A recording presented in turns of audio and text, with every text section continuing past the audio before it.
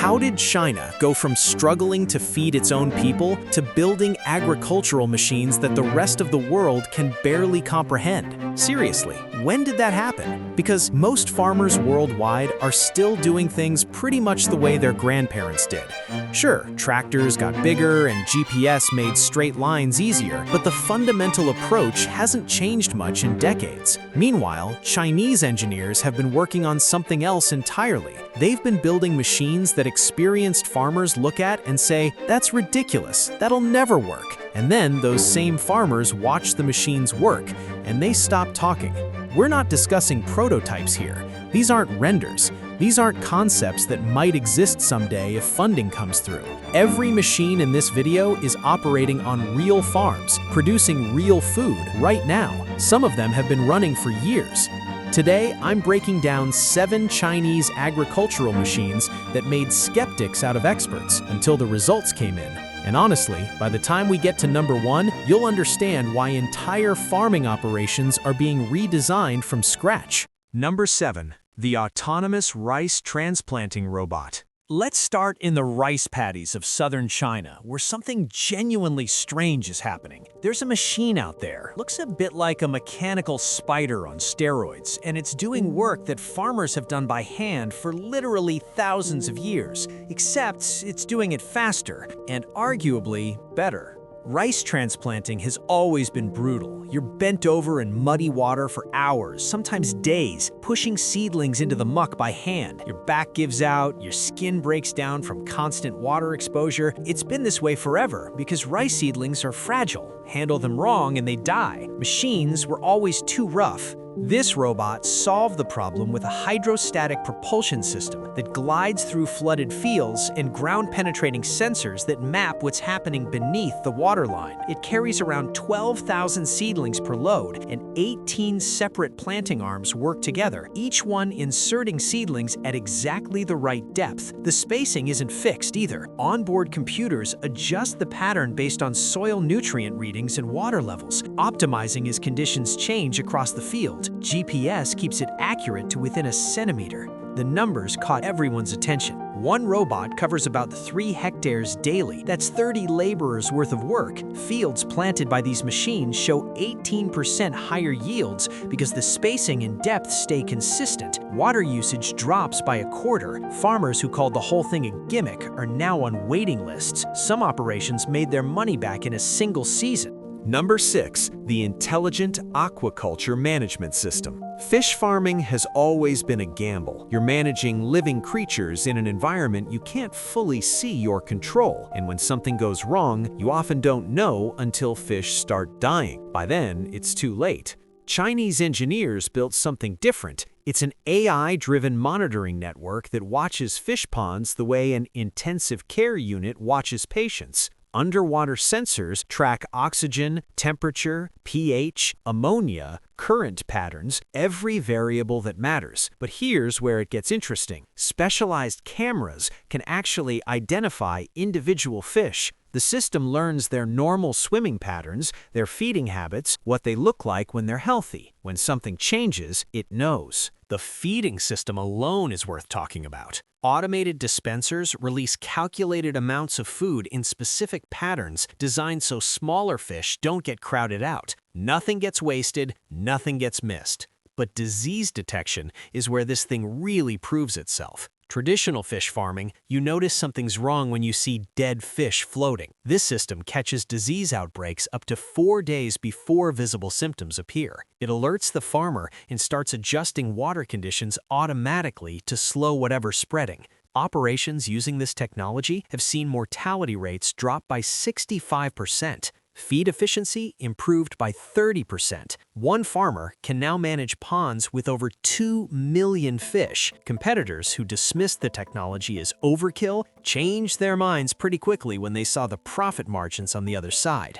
Number 5. The robotic tea leaf harvester. This one was supposed to be impossible. That's not an exaggeration. Agricultural engineers genuinely believed that tea harvesting would always require human hands. The reasoning was simple. Premium tea isn't about grabbing every leaf. It's about selecting specific leaves at exact stages of growth. Damage a leaf even slightly, and you've ruined the flavor. How do you teach a machine that kind of subtlety? Turns out, you use hyperspectral cameras that analyze chlorophyll content, moisture levels, and cellular structure faster than any human could. The robot's collection arms end in soft silicone fingers with pressure sensors so sensitive they detect force changes of 1/10 of a gram. When the machine spots a target leaf, it calculates the approach angle to avoid disturbing nearby growth, then executes a twisting motion, the same technique human pickers spend years mastering, half a second per leaf. Premium tea has always been expensive, partly because skilled pickers are rare and seasonal. This machine harvests 40 kilograms of premium-grade leaves daily. Independent testers couldn't distinguish its product from hand-picked tea. It operates on terraced hillsides with slopes up to 40 degrees, terrain where conventional machinery can't go. Tea farmers who swore machines would never match human expertise are now using robots to expand into hillsides they'd previously written off. Some have increased premium tea output by 80%. Number 4. The solar-powered Field Guardian robot. This machine patrols. That's its job. It moves through crop rows around the clock, day, night, rain, heat, watching for problems with a persistence that humans simply can't match. It's roughly golf cart sized, running on wheels that adjust their widths and pressure to avoid compacting soil or crushing roots. The sensor tower on top carries thermal cameras that spot pest infestations by heat signature, multispectral analyzers that catch plant stress before it becomes visible, air sampling systems that detect fungal spores, and acoustic monitors sensitive enough to hear insects feeding. The patrol routes are calculated to ensure every section of a field gets checked at least every 4 hours. Surveillance is useful, but what makes this robot actually valuable is what it does when it finds something. Detect an emerging pest cluster? It deploys targeted microdoses of organic treatment directly onto affected plants, not a blanket spray across the whole field. Find an irrigation leak?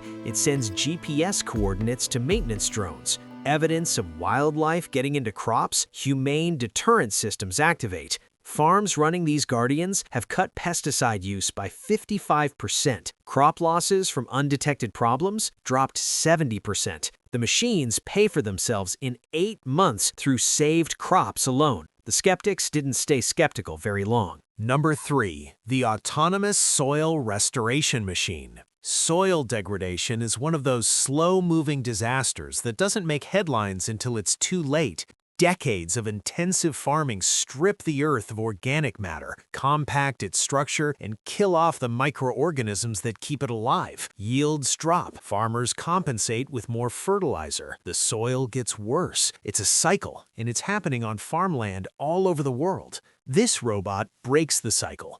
It looks like a small bulldozer, nothing flashy, but underneath it's doing something that agricultural scientists didn't think was possible at scale. As it moves, ground-penetrating sensors analyze the soil down to 2 meters, mapping compaction layers, identifying mineral deficiencies, locating zones where biological activity has collapsed. Based on that real-time data, the machine injects organic matter, beneficial microbes, and biostimulants exactly where they're needed. The rear section aerates compacted layers without the wholesale destruction of tilling, opening up channels for roots and water while preserving existing soil structure. Results take a couple of seasons to fully show, but they're dramatic. Organic matter up 40%. Water retention improved by 60%, which slashes irrigation needs. Crop yields on treated land average 35% higher than untreated sections of the same farms. Scientists who dismissed this as wishful thinking have had to walk that back. Some of China's most exhausted farmland is becoming productive again. International agricultural organizations are studying these machines seriously now. Number 2. The fully automated vertical growing tower. These structures are going up in Chinese industrial zones, and they're producing vegetables at volumes that make traditional farms look quaint. 30 stories of growing trays, rotating through precisely controlled environments, harvesting every 3 weeks, regardless of weather or season. The basic concept, growing plants indoors under artificial lights, isn't new, but the execution here is on another level. LED systems emit specific wavelengths optimized for photosynthesis while using 80% less energy than older growing lights. Plants grow in hydroponic and aeroponic chambers where nutrients dissolved in water go directly to roots. Water consumption drops by 95% compared to field farming. Temperature, humidity, CO2 levels, nutrient concentrations, everything is monitored and adjusted constantly. Each plant gets individualized care. Here's what convinced the skeptics. One tower on 2,000 square meters of ground produces the same annual output as 15 hectares of conventional farmland. Pests and diseases essentially don't exist in these controlled environments, so pesticides aren't needed. The produce travels a few kilometers to consumers instead of thousands, arriving fresher with a fraction of the carbon footprint. Labor requirements dropped by 90%, while yield per square meter went up 400%. These towers are making urban food production viable in places where farming was never an option. Number 1. The Coordinated Micro-Robot Swarm System. This is the technology that made even robot designers say it wouldn't work, until it worked. The concept sounds simple, but the execution is staggering. Instead of one big machine doing multiple tasks, you deploy thousands of small robots, each about the size of a shoebox, that coordinate as a single system. They spread across fields in waves, and each unit monitors individual plants, not rows, not sections, individual plants. These micro-robots carry sensors that track each plant's health, moisture, nutrient status, and growth. They communicate through mesh networks, sharing data constantly, coordinating responses so the entire swarm functions as one organism covering the whole farm. When a robot identifies a plant with nutrient deficiency, it administers a microdose of fertilizer to that one plant's root zone, just that one plant. When pests threaten a section, affected robots deploy biological controls, while others establish protective perimeters around the area. The swarm handles planting, germination monitoring, thinning, pollination in greenhouses, and harvesting of ripe produce. Each robot weighs under 2 kilograms and runs on solar power, meaning the system operates continuously without any human presence in the field. The results are hard to believe until you see the data. Yields increased by 90%. Water use dropped 85% because every drop goes exactly where it's needed. Fertilizer and pesticide applications fell by 95%. Labor for routine field operations is essentially eliminated, and because the swarm learns from every plant it tends, it gets more effective each season. Farmers running this technology are achieving efficiency levels that have never existed before in agriculture. These 7 machines aren't promises about what farming might become. They're what farming is becoming right now on operations that are shipping produce to markets as you watch this.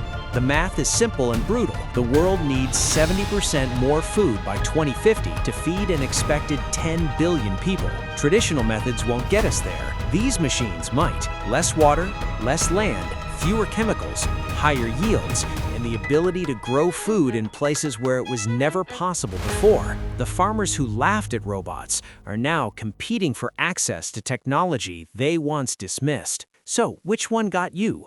The rice transplanter working through flooded paddies? The micro-robot swarms treating each plant like an individual patient? The vertical towers growing vegetables in city centers? Tell me in the comments. If this was valuable, hit like. If you want more content like this, subscribe and turn on notifications. See you in the next one.